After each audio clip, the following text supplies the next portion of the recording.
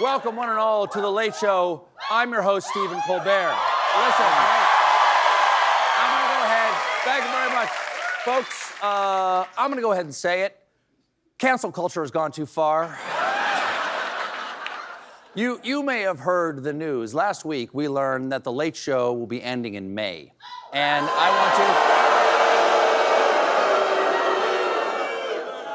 Thank you. I want to thank everybody who reached out to me over the weekend, including one text from an unknown number offering a high-paying IT work-from-home job for only 2 to 3 hours a day. Yes, I am very interested. And I will be sending you my routing number in May. Daddy needs a job. Over the weekend, it sunk in that they're killing off our show. But they made one mistake. They left me alive. What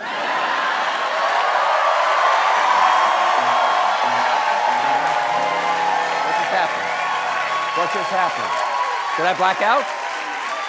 Was he here? And now...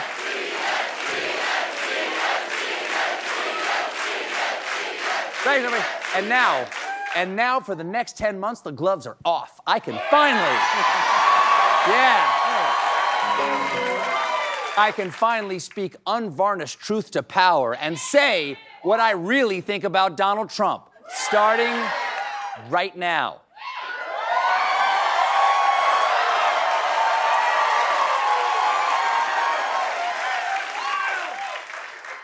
I don't care for him. Doesn't seem to have, like, the skill set. Doesn't have the skill set to be president. You know, just not a good fit, that's all. People have been speculating about the timing of this decision from Paramount, and they're pointing out that last Monday, just 2 days before my cancellation, I delivered a blistering monologue in which I showed the courage to have a mustache. I mean, obviously, CBS saw my upper lip and boom, cancel. Coincidence? Oh, I think not. This is worse than fascism. This is stashism, all right? That's why the Pringles guy lost his show. Didn't know that. No, yeah. Wow. Pringles guy doesn't have a show anymore. Break it. Wow. So that's it.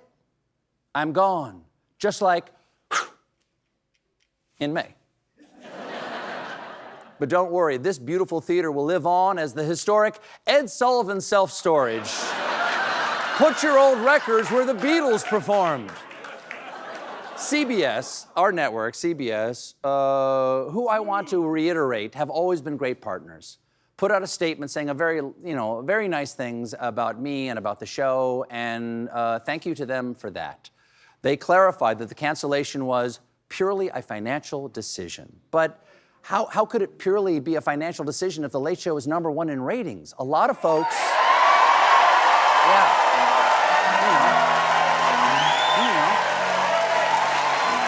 It's confusing. A lot of folks are asking that question, mainly my staff's parents and spouses. Well, over the weekend, somebody at CBS followed up their gracious press release with a gracious anonymous leak saying they pulled the plug on our show because of losses pegged between $40 million and $50 million a year. 40 million's a big number. I could see us losing $24 million, but where would Paramount have possibly spent the other $16 million? Oh, yeah. Oh, yeah. I'll call you like that. Still, that's still a lot of money. I mean, where does The Late Show rank? Jim, what other companies lost that kind of money last year? Red Lobster? Damn it, I told them we should stop offering the audience unlimited shrimp. Maya, take it away. Take it away. So, with those numbers, I gotta say, it makes sense we'd be canceled. I get it, guys. And thanks again, okay? Thanks again to the network. In a completely unrelated story, on Friday, Donald Trump posted, "I absolutely love that Colbert got fired. His talent was even less than his ratings."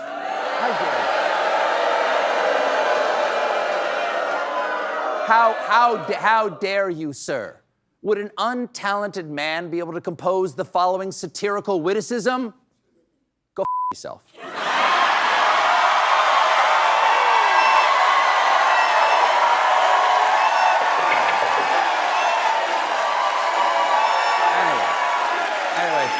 Anyway, thank you. Thank you very much. Thank you.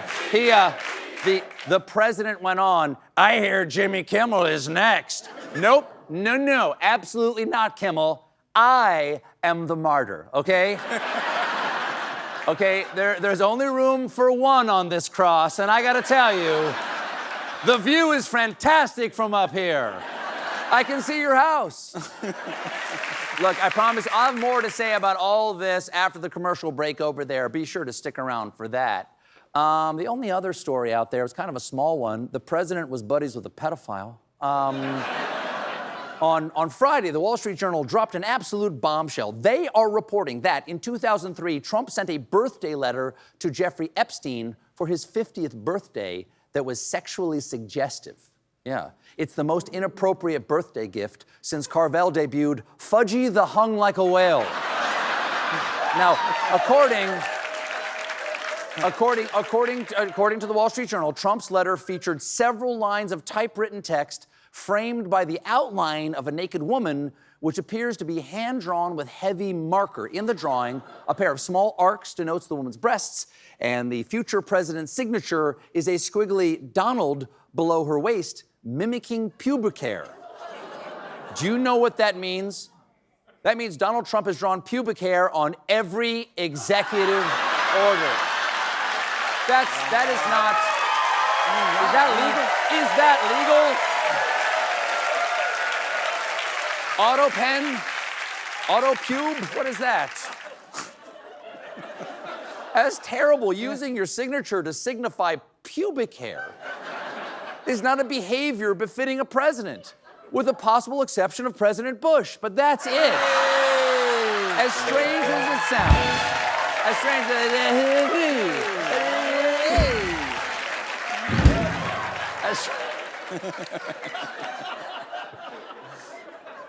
as strange as that sounds, the typewritten part of the letter is even stranger because it appears to be sort of a short, creepy screenplay between Trump and Epstein that goes, voiceover, there must be more to life than having everything. Yes, there is, but I won't tell you what it is. Nor will I, since I also know what it is. We have certain things in common, Jeffrey. Yes, we do. Come to think of it, enigmas never age. Have you noticed that? As a matter of fact, it was clear to me the last time I saw you. A pal is a wonderful thing. Happy birthday, and may every day be another wonderful secret. Wow.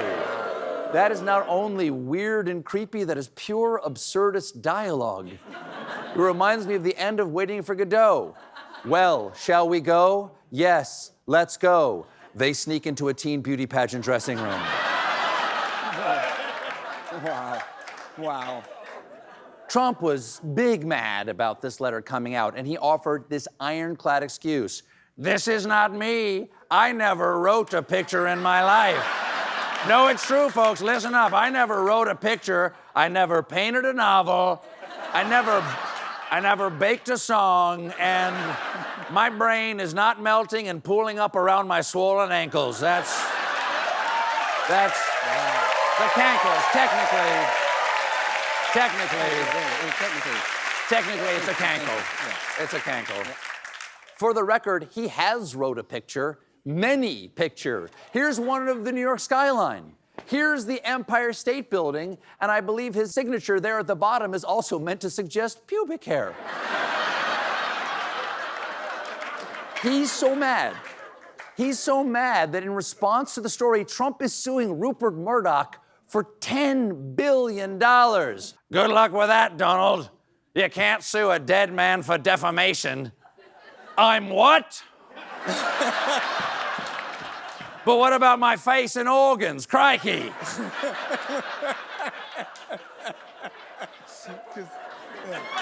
Trump's having a hard time. No. Absolutely not. Absolutely not. Trump's having a hard time proving he and Epstein weren't buddies because, according to those who knew them at the time, the two men bonded over a common interest in hitting on and competing for attractive young women at parties. Okay, but maybe they're not friends. Maybe they just have the same hobbies. Honey, Creepy Dave and I are not pals. We're just both avid posters on a Reddit thread called "Let Me See You Sit on That Balloon."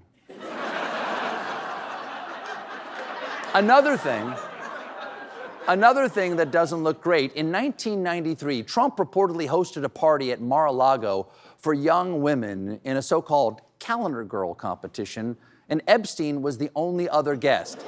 Okay. That's not right. If there's only one person invited, that's not a party. That's an appointment for something.